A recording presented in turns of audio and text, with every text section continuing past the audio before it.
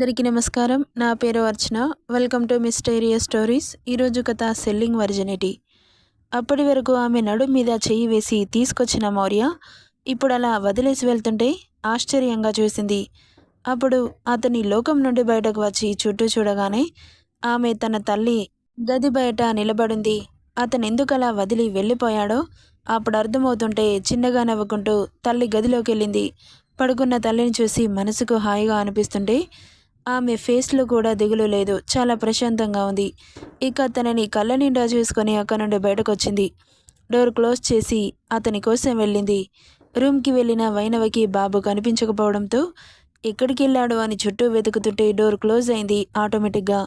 ఒక్కసారిగా ఉలిక్కిపడి తలదిప్పి చూసిన తనకి మళ్ళీ ఎవరు కనిపించకపోతుంటే బెదురు చూపులు చూస్తూ అటు ఇటు వెతుకుతోంది. వెనుక నుండి ఆమె నడుం మీదకి పాకుతుంటా అతని చేతి స్పర్శకి ఒళ్ళు జల్లుమంటుంటే ఇక అతనొచ్చాడు అన్న ధైర్యం వచ్చేసి ఆమె నోట్ల నుండి మాటలు కరువై అలాగే బిగుసుకుపోయింది వైనవి.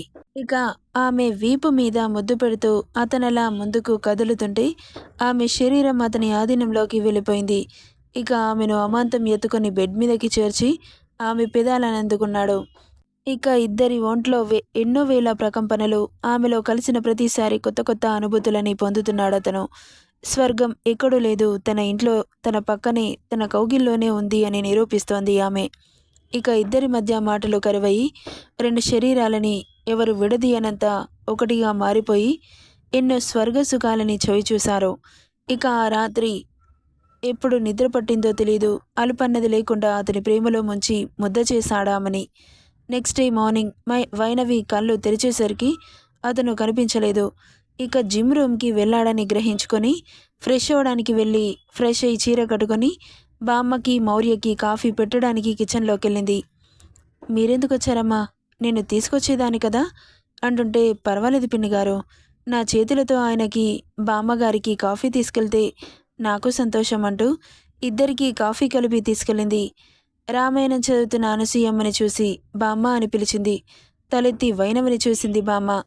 కాఫీ తీసుకోండి అంటుంటే ఆమెను క్షణం చూసి కాఫీ అందుకుంది. ఇక తనతో ఏం మాట్లాడాలో అర్థం కాక అక్కడి నుండి మౌర్య రూమ్కి వెళ్ళింది. జిమ్ చేస్తూ కనిపించాడు.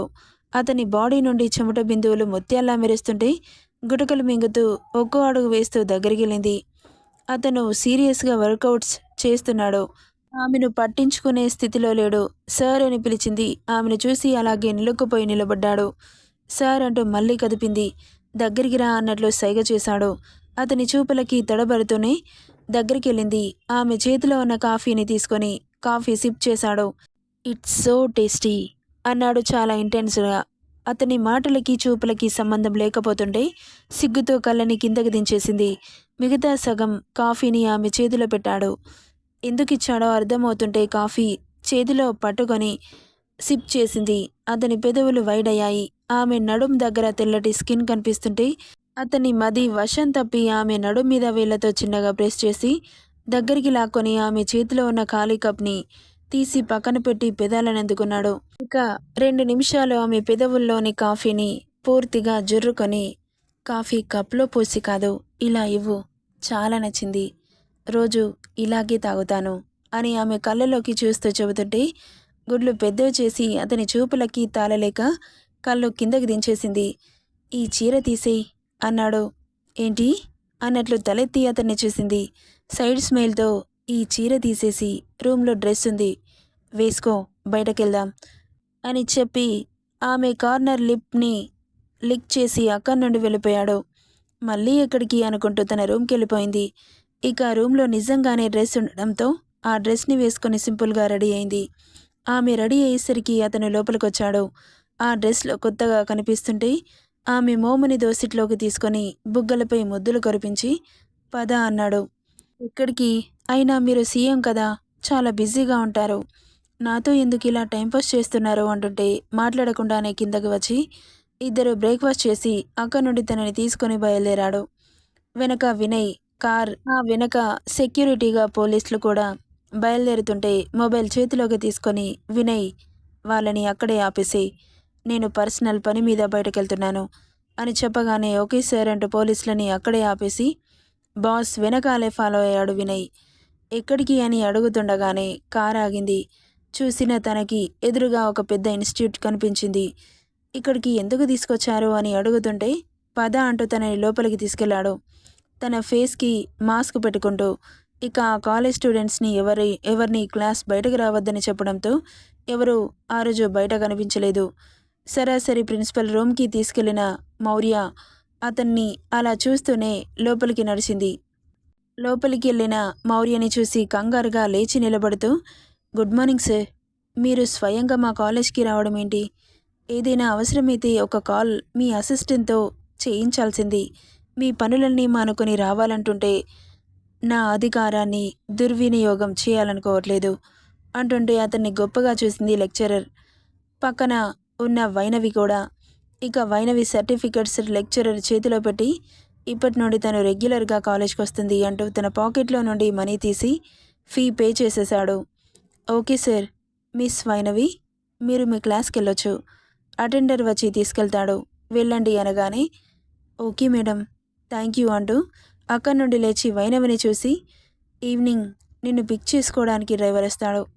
ఏదైనా ప్రాబ్లం ఉంటే నాకు కాల్ చేయి అనగానే సరే అన్నట్లు తలూపింది. ఆమె బుగ్గనిబ్రి అక్కడి నుండి వెళ్ళిపోయాడు మౌర్య. వెళ్తున్న అతన్ని అలాగే చూసి అటెండర్ రావడంతో అతనితో క్లాస్కి వెళ్ళింది. క్లాస్కి కొత్తగా వచ్చిన వైనవిని అందరూ గుచ్చుగుచ్చి చూస్తుంటే చాలా ఇబ్బందిగా కదులుతూ మే ఐ కమన్ సార్ అంటూ పర్మిషన్ అడగగానే కమ్ అన్నాడు. లెక్చరర్ ఇక లోపలికొచ్చి తన బెంచ్లో కూర్చుంది వైనవి. హాయ్, మై నేమ్ ఈజ్ రేఖ అని షేక్ హ్యాండ్ ఇస్తుంటే మై నేమ్ ఈజ్ వైనవి అంటూ చేయి కలిపింది నవ్వుతూ. ఇక తను సీఎం తాలూకా మనిషి అన్న విషయం ఎవరికీ తెలియకూడదు అని హెచ్చరించాడు మౌర్య ప్రిన్సిపల్ని. ఎందుకంటే తను చదివినా చదవకపోయినా సీఎం మనిషి అని ఆమెను పట్టించుకోకుండా ఉంటారేమో అని అలా చెప్పాడు. ఇక లెక్చరర్ క్లాస్ స్టార్ట్ చేయడంతో సీరియస్గా అటువైపు చూస్తున్నారు.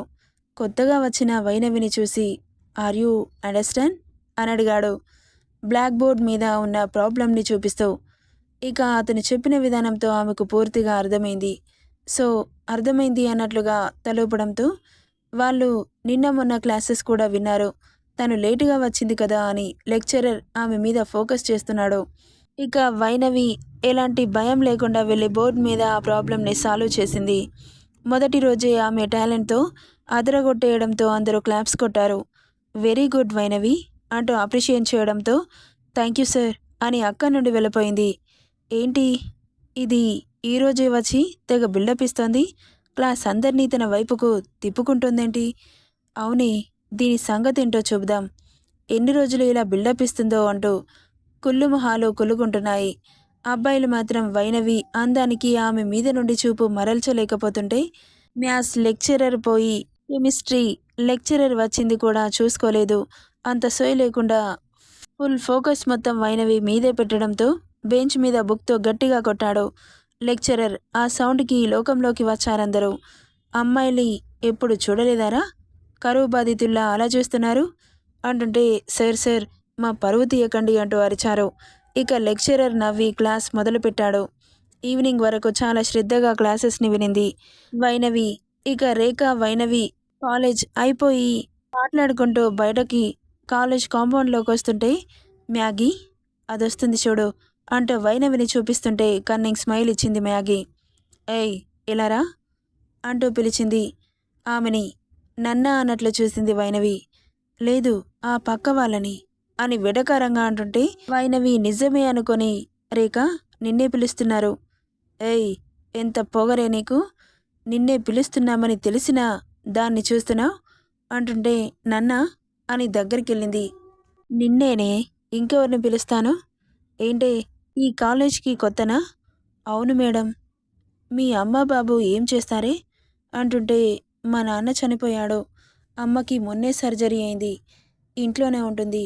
అవునా, నీకు వెనక ముందు ఎవరు లేరా? లేరు అంటే విచ్చలవిడిగా ర్యాగింగ్ చేసుకోవచ్చని, లేరు అని తల అడ్డంగా ఊపింది. అయితే ఇంకే, మాకు ఫుల్ ఫ్రీడమ్ ఇచ్చావు పో అంటూ దగ్గరికి వస్తుంటే అయోమయంగా చూసింది. నిజంగా ఎవరు లేరా, లేక ఉన్నా కానీ లేరు అని చెబుతున్నావా? బాయ్ ఫ్రెండ్ కూడా లేడా అంటుంటే మౌర్య గుర్తొచ్చాడు. కానీ ఇప్పుడు ఆయన ఒక రాష్ట్రాన్ని పాలించే సీఎం. ఆయన పేరు చెప్పి బ్లేమ్ చేయలేను అనుకుంటూ ఎవరు లేరు మేడం అనింది. నెక్స్ట్ పార్ట్లో ఏం జరుగుతుందో చూద్దాం. ఈ స్టోరీ ఎలా ఉందో కామెంట్ చేయండి guys. Thank you for listening.